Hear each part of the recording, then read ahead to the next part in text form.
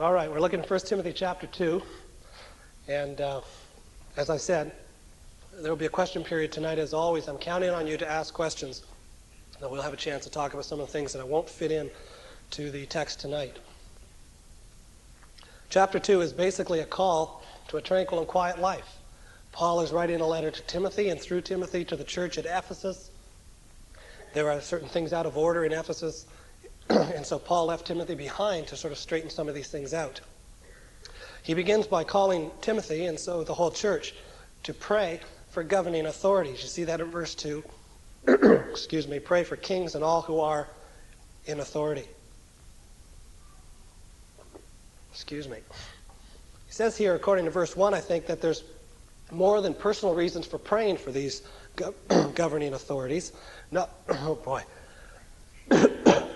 I think this is your candy that's doing this. Excuse me. Let's start again. Chapter 2 is a call to a tranquil and quiet life. Paul calls the church of Ephesus to pray, specifically here to pray for governing authorities for the sake of allowing us to live a life of tranquility and quiet. He says, don't pray for just yourselves, verse 1, but pray on behalf of all men. That is, pray not only because you need it, but because all men need it. And I think built in here is the idea of the priesthood of the believers. We have access to God. We have the privilege of praying to Him. Our prayers are heard. And so not only for our own sakes, but for the sake of all those around us who would benefit from the peaceful living, but do not have access to God, we should pray. So on behalf of all men, we should pray for kings and all who are in authority. He says in verse 8, summarizing that section, I want the men in every place to pray, lifting up holy hands without wrath and dissension. That would be like saying to us, bow your holy heads and close your holy eyes and pray without anger or conflict. In those days, the normal posture for praying was to stand with head raised and arms raised. That's just what people thought of doing when they prayed. We think of bowing our heads and closing our eyes. He's saying that should be done in holiness. That should be done without anger, without wrath or dissension. Excuse me.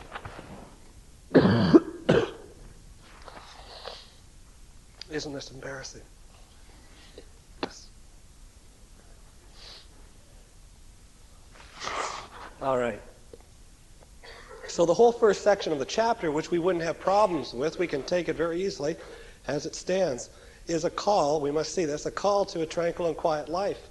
And to pursue that tranquil and quiet life, Paul is saying you should pray. That is, pursue external peace for the church. There are external forces which will disrupt the unity and the peace of the church. Don't let that happen, he's saying. So pray for the king. Pray so that externally we'll be free from disruption. Take a throat lozenge from a sweet old man. Unlike other remedies. And he says, as you're looking for external peace, as you're praying that the external sources of conflict will be quieted, there should be internal peace. That is, the men should be praying without wrath or dissension as they pray that outwardly there will be no dissension and wrath and so on. Well, as he goes from verse 8 to verse 9, and I think this is where our interest really picks up, you should see that there is no change of gears. He's operating out of the same motive. He is still calling the church to peace and to harmony. The only switch from verse 1 to 8 to verse 9 to 15 is he switches his attention from the men in the church to the women. And the women concerned him for two reasons in this particular church. He was concerned about their public appearance, and he was concerned about their public behavior.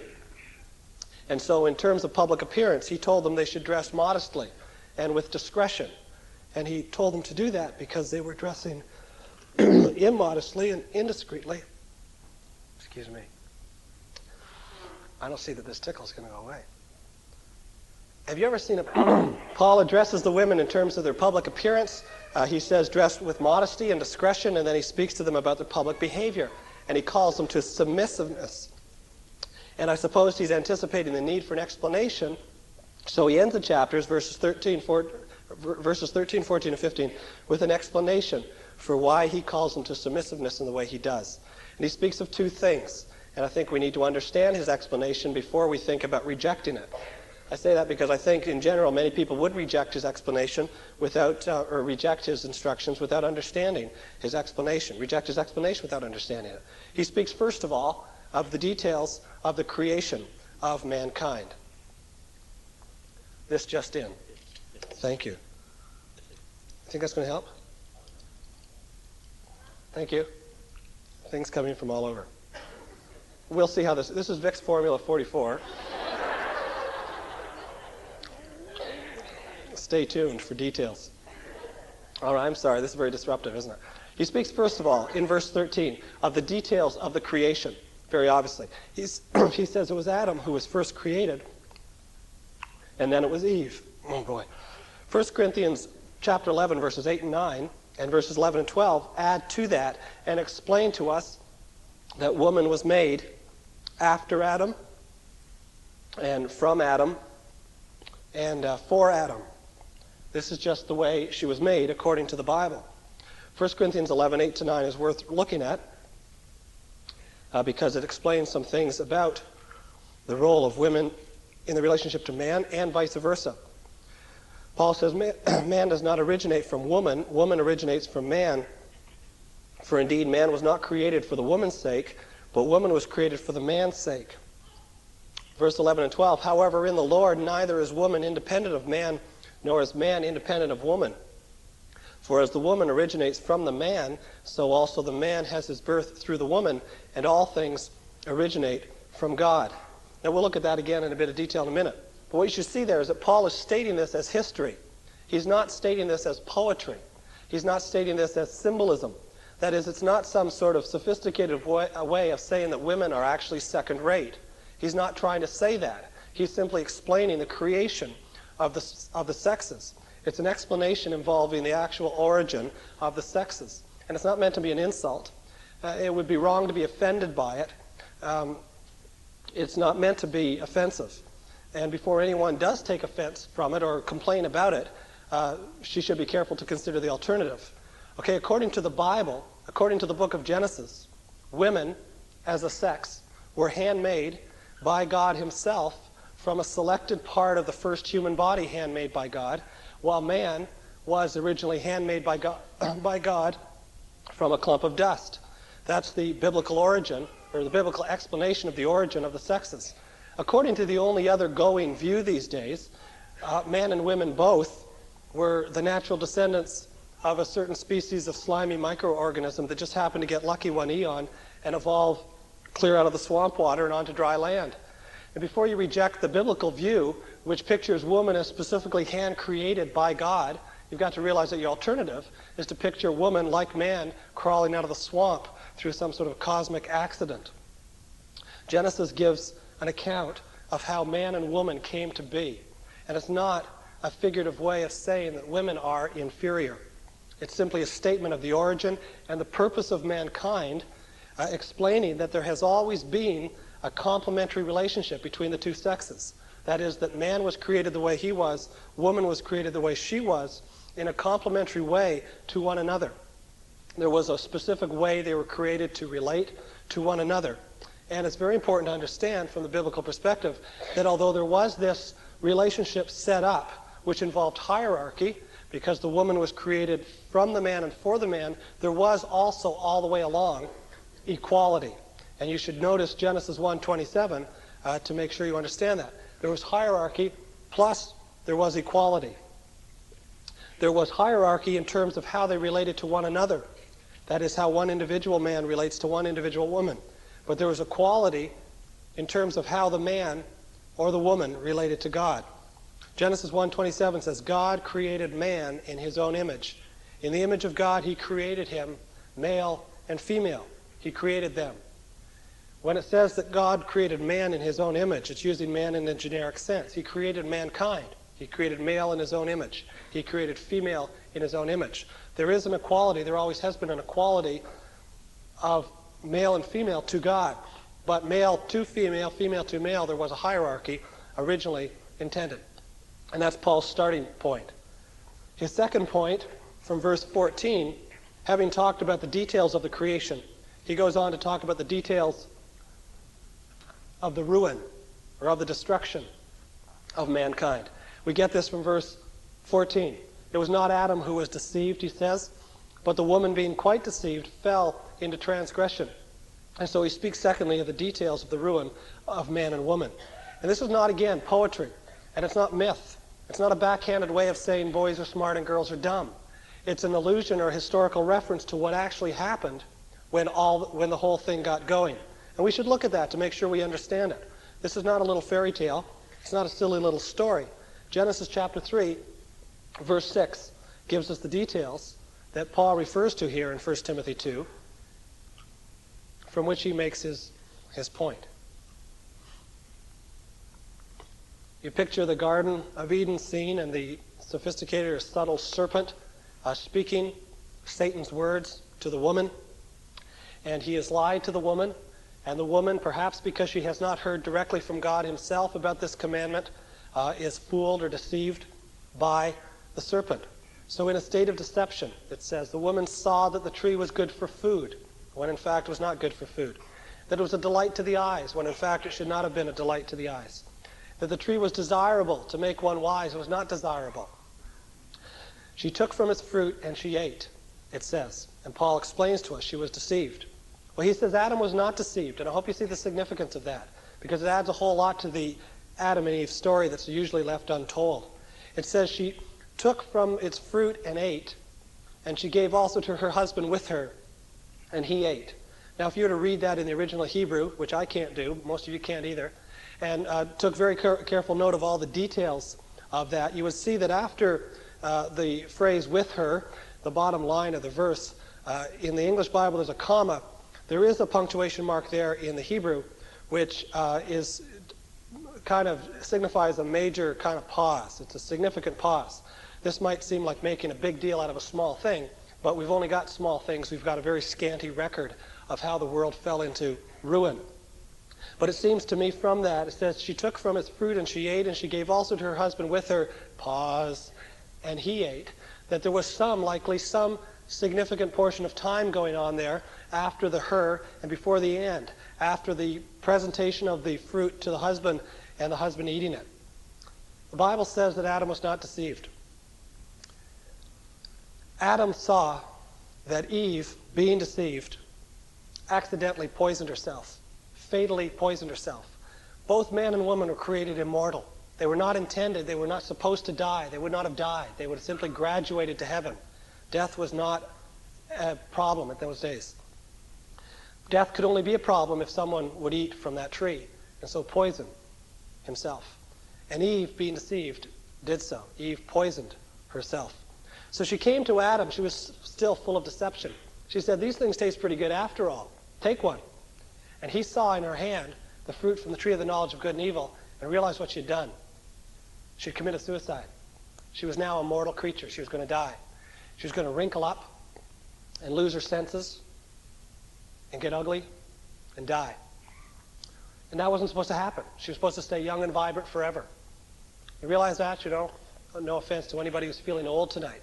But the aging process is the process by which the poison takes its effect and we wither up and die. Look at a person in his full vibrance of youth, 21 years old and full of muscles. And that's what mankind could have been. And look at him 70 years later. He's withered up in the West London Alliance nursing home. And that withering process has been the process by which the poison of death has done its work.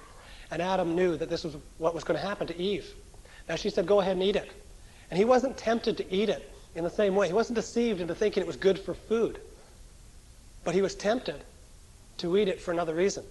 He realized that if he didn't eat it as well and poisoned himself, the two of them would be separated forever.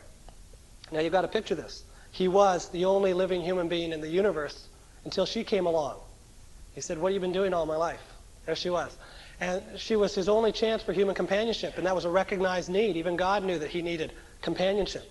So he needed this companionship, and there she was his help, suitable for him. And now she killed herself. I mean, she didn't die right away, but she was going to die in a horrible, agonizing way that would take many, many years. And he had a choice. And it's the same essential choice that every son and daughter of Adam has faced every day of their lives ever since. He had to choose to eat the fruit and to go out and to live and to die with Eve, or to resist and to be separated from Eve. But to be separated from Eve would mean unity with God, and to be united with Eve would be to be separated from God. He had to choose between his creator or God's creature. That's the same choice we're all faced with day after day. Will we go with the creatures or will we go with the creator? Adam had eyes wide open. He was not deceived.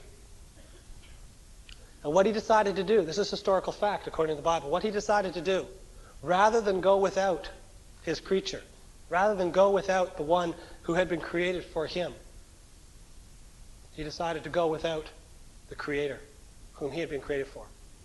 And you can just imagine how he took that thing out of her hand, it says, and he ate it.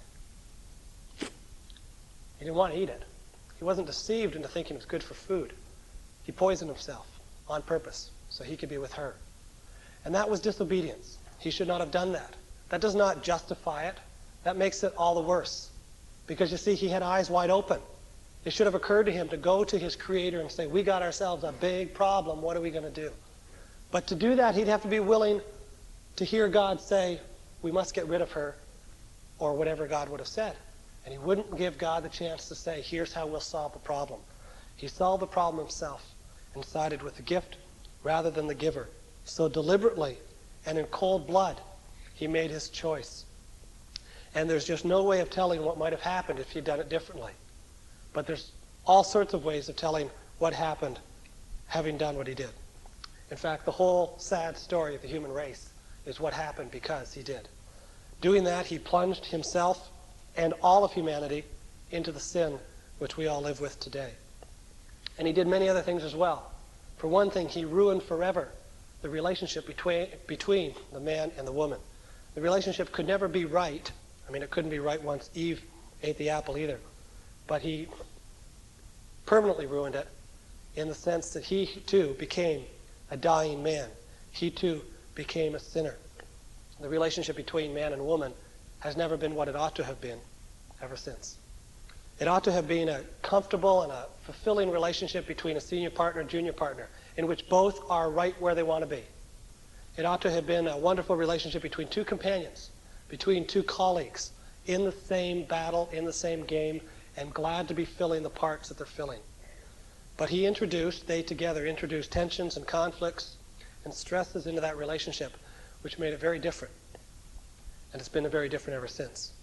And God came on the scene immediately and spoke to them about the differences that they would experience in their relationship because of what they had done, because they had rejected God's purposes, or rejected God's solutions, whatever that might have been. And in Genesis 3:16, God says to the woman in the second part of the verse, your desire shall be for your husband, and he shall rule over you. And I think by that God is explaining to her what it's going to be like to be a wife, what it's going to be like for him to be a husband from then on. Now, to understand that verse, we need a cross-reference, because as we look at it just like that, it could mean anything. What's it mean, her desire is for her husband? Does that mean she's really, really going to like him? Well, she already really liked him. And what does it mean, he shall rule over you? Well, if you use Genesis 4:7 as a cross-reference, you find the same idiom or the same phrase, same figure of speech used. And it gives us a good idea of what God was saying in Genesis 3:16. In Genesis 4:7, he's talking to Cain, Cain having murdered Abel. I'm sorry, not Cain about to murder Abel. In Genesis 4:7. And the latter part of that verse, God says, if you do not do well, sin is crouching at the door, and its desire is for you, but you must master it. He says to Cain, who's being tempted by sin, its desire is for you. Sin is crouching at the door. Its desire is for you, but you must master it. And those are the very same two words that we find in Genesis 3:16. Your desire shall be for your husband, and he shall rule over you. And if you work that out, what you can see it means is that when God was saying, your desire shall be for your husband, he's saying that from now on, there will be within you, Eve, a desire to dominate and subdue your husband. You will not anymore be able to easily subordinate yourself to him. You'll always have to cut against something within in order to subordinate yourself, to submit to him. Because now a new desire has entered your being. It's a desire to dominate and subdue the one that God gave to be your senior partner, to be your leader. Well, in the same way, The relationship from the man to the woman will not be the same, and that's what's being got at in this last phrase, he shall rule over you. What it's saying is this: both man and woman became something that God did not intend for them to be, something much less than they were created to be. And so the respect and the reverence that she was designed to give him, he no longer deserved. Now he's a sinful person. He doesn't deserve the kind of respect and reverence that she was created to give him. He no longer deserves it. And because he no longer deserves it, because he's a sinful man instead of a perfect man, she no longer naturally gives it to him. It's no longer a natural reflex to give him reverence and respect. And because it's not natural, she no longer gives it to him. And because she no longer gives him the reverence and respect she was designed to give him, he no longer gets it. Because he no longer gets respect and reverence, he strives for it. He says, wait a minute, don't I get more respect than this? And so now he begins to rule over her. And you see the same word translated in chapter 4, verse 7 as master her. That's the same word. The idea is that rather than having this very comfortable relationship where one is the senior partner but both are very happy to be relating to one another, now there's tension. She doesn't want to be below him in terms of authority because he doesn't deserve that position. But he knows he was built for it. So she begins to usurp his authority and he begins to try to dominate her. And isn't that the story of many marriages? You know. It's a story of the war between the sexes. And the sexes were created by God, but not to war with one another. It's a story of many marriages, where the man looks for some sort of respect that he doesn't deserve, and not getting it, tries to force it out of her. Well, it doesn't work. It doesn't work like that. It was never intended to work like that. And that text that I read to you from Genesis chapter 3 is all part of the curse that came to mankind, both male and female, the day that man and woman decided to depart from God. It's part of the curse. Galatians 3:13 then becomes a very critical verse for us, because Galatians 3:13 has something to say about the curse. Paul, writing to the province of Galatia, to all the Christians in that province, says these wonderful words in Galatians 3:13. Christ redeemed us from the curse of the law, having become a curse for us. For it is written, cursed is everyone who hangs on a tree. Never mind the details of the verse, that's another Bible study on its own. But it's telling us there that the curse that came down upon mankind because of the fall, Christ has redeemed us from. Christ has come to undo the damage done by the fall. And part of the damage done by the fall was this stress put between a man and a woman. This stress that comes from not being able to naturally fulfill the roles that they were originally intended to fulfill for one another. And as a result of Christ's work of redemption by which we are redeemed from the curse, all sorts of things which were always one way are now another way. And the New Testament is absolutely shocking in that. And the reason we're not shocked is that we're living living with the fruit of the New Testament 2,000 years later. We take much of it for granted. But Paul had some shocking things to say, for example, in the same chapter, chapter 3, verses 26 and 27. He says, "For you're all sons of God through faith in Christ Jesus. For all of you who are baptized into Christ have clothed yourselves with Christ." What I really wanted was verse 28. He says, as a conclusion, "There is therefore neither Jew nor Greek, neither slave nor free man. There is neither male nor female. You're all one in Christ Jesus." If you're not absolutely stunned by these verses, or at least understanding that the Galatians would have been stunned by these verses, you're missing the whole point. He's saying because Christ has undone the work of the curse, there's now no distinction. There's now no difference between Jews and Greeks, and the Jews would be outraged. He says there's no difference now between slaves and free men, and the slave owners would be shocked. And he says there's no difference between male or female, and the men would get suddenly very panicky. These were strange words, hard words for anyone to understand in those days. Paul went on and said some other shocking things. For example, in Ephesians 5:25, we're not shocked by these words either, but they were shocking in their time. Ephesians 5:25, Paul says, "Husbands, love your wives as Christ loved the church." Shocking words. Because in that day and age, the tensions between the sexes had been so long-standing, had gone on for so long, that the idea that anyone would have any kind of love for his wife, be commanded to that kind of attitude towards that kind of human being, was an absolute shocker. But because of what Christ has done, redeeming us from the curse of the law, it now is a standing order for husbands to love their wives with a redemptive kind of love. And Peter was in on the same thing and had the same sort of shocking things to say. 1 Peter chapter 3, verse 7. He would have absolutely flabbergasted the men who read this letter when he says, "You husbands likewise live with your wives in an understanding way as with a weaker vessel, since she's a woman. Grant her honor." Honor? As a fellow heir of the grace of life. Those are shocking words. Women were being restored to the place where they always had intended to be, and the men in those days were hardly ready for it. But you need to understand, the New Testament had this loud message blasting out to its generation. The curse is undone. The damage which has been done, which has caused all this stress, has been undone. And women now ought to be allowed to take the place that they were given in the first place, as God created them. Now, this is a complicated but an important point. Don't miss this point. There's a complicated but important distinction here. The hierarchy in marriage, which makes the man the senior partner, was part of the original plan. It was not put in after the fall. It was put in before the fall. The hierarchy by which the man is the senior partner is part of the original plan. But the conflict about the hierarchy is not part of the original plan. So the subordination is of God. The subordination of the woman to the man is of God, but the suppression of the woman by the man is not of God. So when Paul was saying that the curse has been undone and now there's no male and female, he's not undoing the hierarchy. That was always intended to be there. But he was undoing the suppression.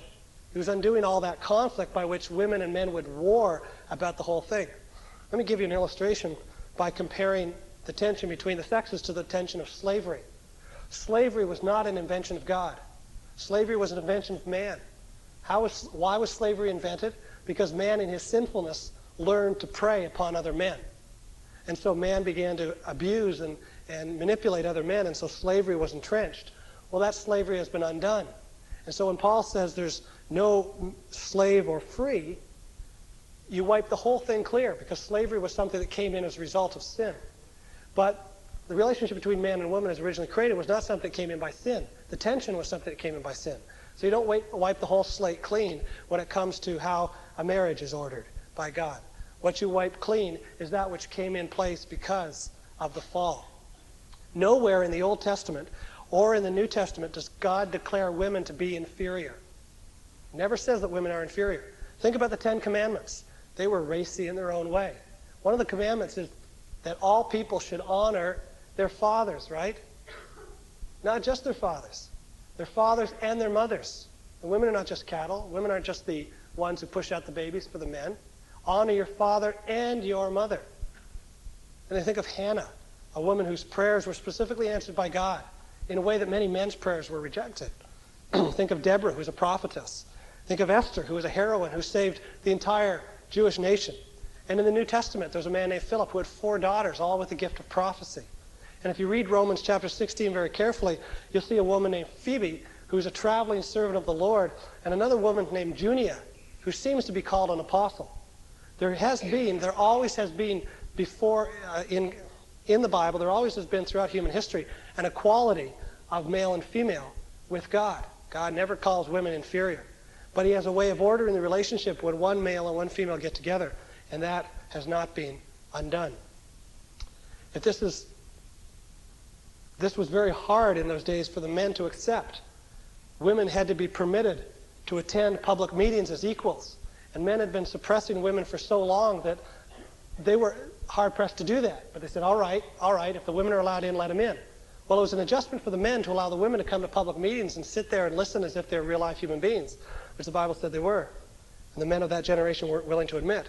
But it was hard for the women as well, because in this generation, when women first were liberated by the undoing of the curse, women had never had a chance to be parts of public meetings. And they didn't know how to behave. It was just like slaves after emancipation. You don't think there was a problem down in the Deep South after the Civil War when all those slaves were let go? And they'd never known how to do anything. They never knew how to fill in time, right? They didn't have any sense of what to do with yourself when you're on your day off. All these slaves had a hard time getting used to freedom. And when the slavery that man imposed upon woman was undone through the preachers of the New Testament, women had a real chore trying to figure out how to use that freedom and not to abuse it. There's a story written in a book called Woman on this theme. The woman who wrote the book was an MK, and her parents raised her in China where they were missionaries. They went into one particular community where the gospel had not been preached, and they preached the gospel. And as a result of that, the women were set free. That is, free to attend public meetings. The women came into the public meetings and sat in the women's section because there was one section where they were allowed to sit. They didn't sit with the men. They had never been to any public gatherings except family reunions. And at family reunions, everyone talks at the same time about nothing at all, right?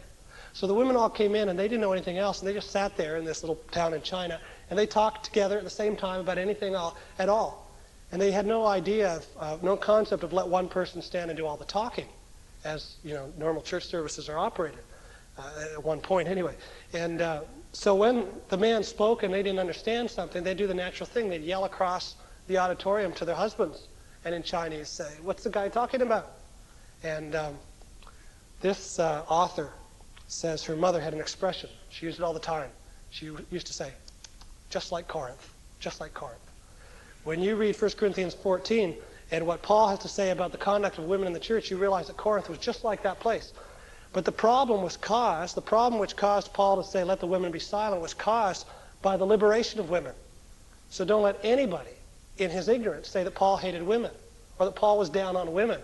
What Paul was the loudest advocate of the liberation of women in Christ in the New Testament era. He was the one who went around saying, you must understand that women are given equal access to God. Women are people too. And it was a message that needed to be said in those days because man had been suppressing women for so long.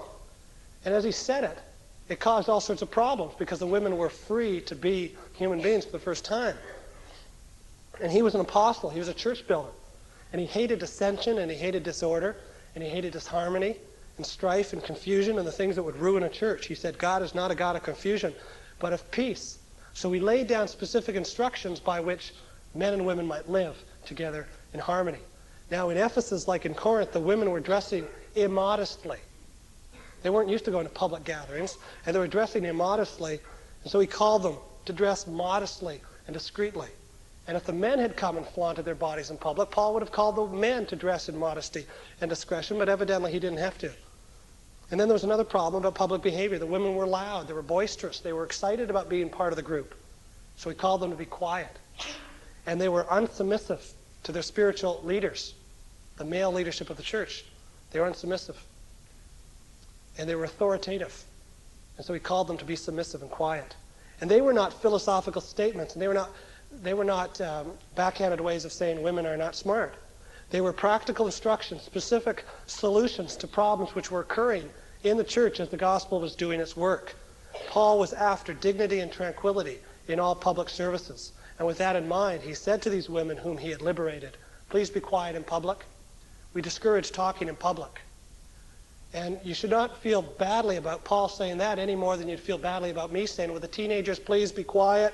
I'm pointing somewhere where the teenagers aren't, so they don't feel that they're being singled out just now. But you wouldn't be down on a pastor who said, we can't have all this ruckus going on during the worship. Please be quiet, teenagers. Or mothers, please take your screaming babies out of the sanctuary. In the same way, with the same end in mind, Paul said, women, keep quiet in the church. I don't like women talking in church. That's why he said it. It was a practical instruction. It was a solution to a problem that was going on. Now, I have no intention of sounding like a liberal, and I don't want you to think that I don't take the Bible seriously. It's because I do take the Bible seriously that we have to look specifically at what we do these days with Paul's instructions given in those days. Let's look at 2 Corinthians chapter 3, verse 6. And as you turn there, let me say that one again. It's because I do take the Bible seriously. It's because I do take the New Testament seriously that I think we have to seriously question what Paul is saying in terms of practical solutions to real-life problems to see what we'll do with them in this day. 2 Corinthians chapter 3, verse 6 says, God has made us adequate as servants of a new covenant, not of the letter, but of the Spirit. The letter kills, but the Spirit gives life. The New Testament is not written according to the letter of the law. It's written according to the spirit of the law. And always we must look at the spirit of the thing and go and strive to attain the spirit of the message. If we sometimes adhere to the literal, listen to this, watch this, I bet you can't believe I'm saying this. If at times we adhere to the literal application of a specific New Testament instruction, we defy the spirit of the thing. Let me illustrate. In Paul's day, there was such a thing as slavery. Paul wiped slavery off the map. He said there's no slave and there's no free.